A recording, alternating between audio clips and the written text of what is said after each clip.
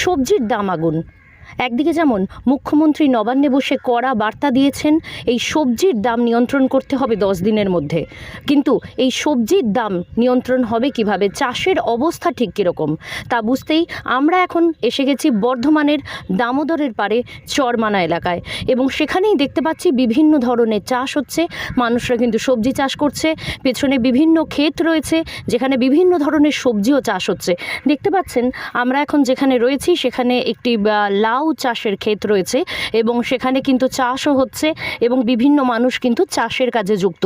কাজেই চাষ কিভাবে হবে এবং চাষের জন্য চাষিরা সেই মূল্য পাচ্ছে কিনা এবং চাষের জন্য আবহাওয়া এবং বাকি প্রয়োজনীয় সমস্ত অবস্থা সঠিক নিয়ন্ত্রণে আছে কিনা সেই নিয়েই কিন্তু আজকে আমরা নজর রাখবো আজকের খবরে এবং কথা বলে জানবো চাষের অবস্থা ঠিক কীরকম। এখানের মানুষজনের সাথে কথা বলবো, যারা চাষের সাথে নিযুক্ত তাদের সাথে কথা বলবো।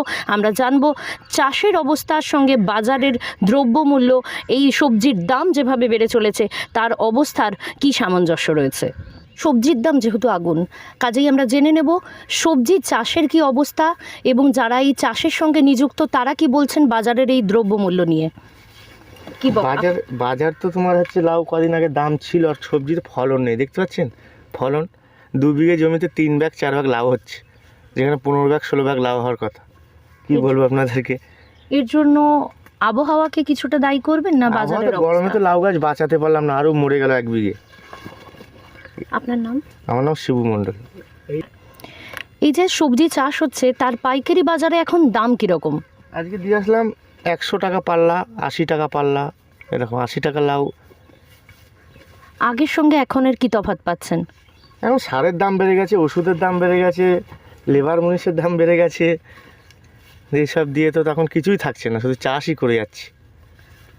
একটা লাউ ফলাতে মোটামুটি তোমার 2 মাস তো লাগেই, 2 মাস সময় লাগে।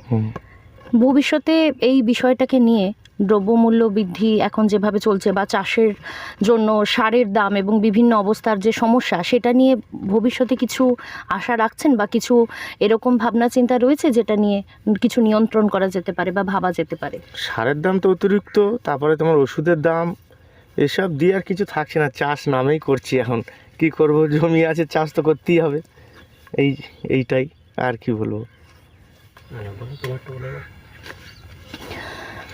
স্বাভাবিকভাবেই এখন দ্রব্যমূল্য বৃদ্ধির সাথে সাথে উনি বললেন যে চাষের জন্য সারের দাম এবং চাষের যা অবস্থা, কিন্তু কথা বললাম একজন চাষির সঙ্গে, দেখতেই পাচ্ছেন তিনি এই অর্থমূল্যের জন্য কিন্তু গোটা পরিবার একত্রিত হয়ে তার স্ত্রী সন্তান সকলে মিলে কিন্তু এইখানে চাষ করছে এবং দ্রব্যমূল্য বৃদ্ধির কথা উনি বললেন। চাষের সারের দাম যেমন বেড়েছে, একদিকে গরম ছিল প্রচণ্ড, তাতেও কিন্তু অনেক ফলন নষ্ট হয়েছে, চাষিরাও কিন্তু পাচ্ছেন না সঠিক দাম। তো এমতো অবস্থায় মুখ্যমন্ত্রী মমতা বন্দ্যোপাধ্যায় যে 10 দিনের মধ্যে দাম নিয়ন্ত্রণ, বাজারে সবজির দাম নিয়ন্ত্রণের কথা বলেছেন, সে বিষয়ে ঠিক কী রকম বার্তা আসতে চলেছে চাষিদের কাছে এবং সাধারণ মানুষের কাছে আমরা নজর রাখবো সেই দিকেই। আমি সৃজা দাস, আপনারা দেখছেন স্টার মেট্রো চ্যানেল। আপনার সুরক্ষা আমাদের অঙ্গীকার।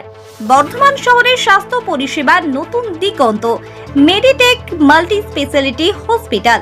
একই ছাদের তলায় অভিজ্ঞ স্বনামধন্য খ্যাতনামা চিকিৎসকদের 24 ঘন্টা স্বাস্থ্য পরিষেবা। পশ্চিমবঙ্গ সরকারের স্বাস্থ্যসাথী কার্ডের মাধ্যমে ক্যাশলেস পরিষেবা উপলব্ধ।